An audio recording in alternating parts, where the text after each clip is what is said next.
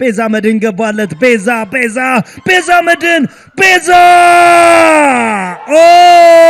ኢትዮ ኤሌክትሪክ ከበዛ ማንኳኳት በኋላ በቤዛ መድን አማካኝነት በሩን አስከፍቷል።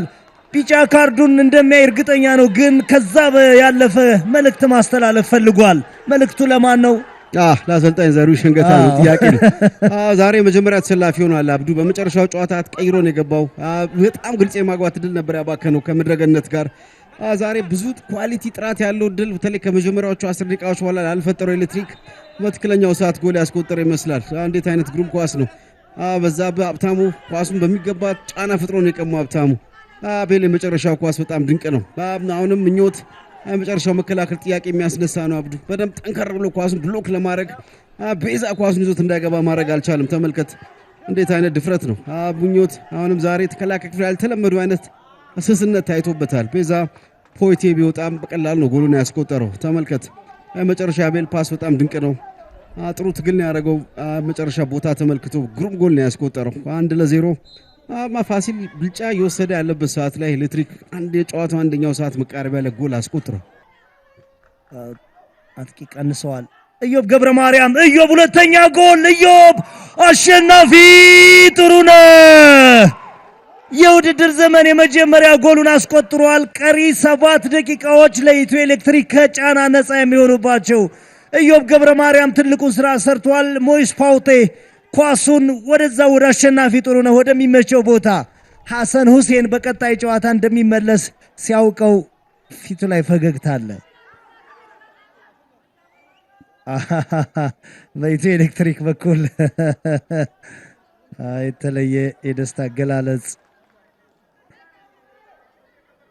ባለፈው ሳምንት 2 ጎል፣ ዛሬ በድጋሚ 2 ጎል። ፋሲል ከነማ የመከላከል ጥንካሬውም እየከዳው ነው። በደንብ አሁን 3-2 ናቸው አብዱ። ግራ ላይ የለም ወደፊት አብዱላዚዝ ሊያጠቃ ሄዷል። ምኞት ይህን ኳስ ብሎክ ማድረግ አልቻለም።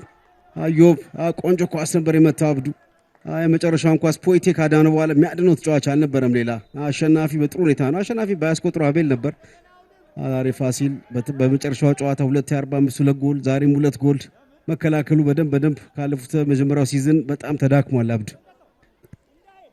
ኪሩቤል ዳኜ በጫና ውስጥ ሆኖ ሙከራ አድርጎ ነበር። አሸናፊ ጥሩነህ የመጀመሪያ ጎሉን ነው 7ኛ ቢጫ ካርዱን ባየ በ10 ደቂቃ ውስጥ ነው ጎል ያስቆጠረው። ኢትዮ ኤሌክትሪክ 2 ፋሲል ከነማ 0 የ85 ደቂቃ ውጤት።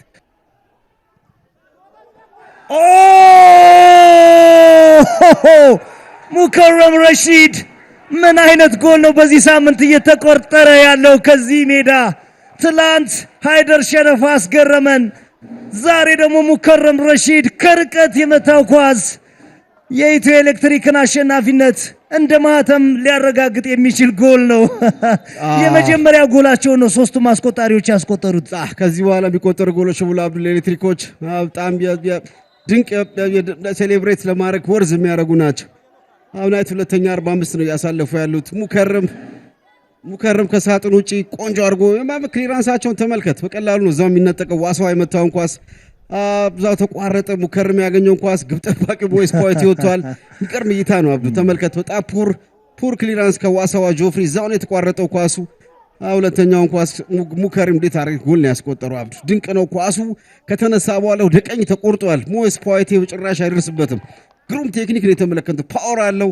ወደ ግቡ አንግል የተቆረጠ ሜድ በጣም አስደናቂ ጎል የተመለከተው።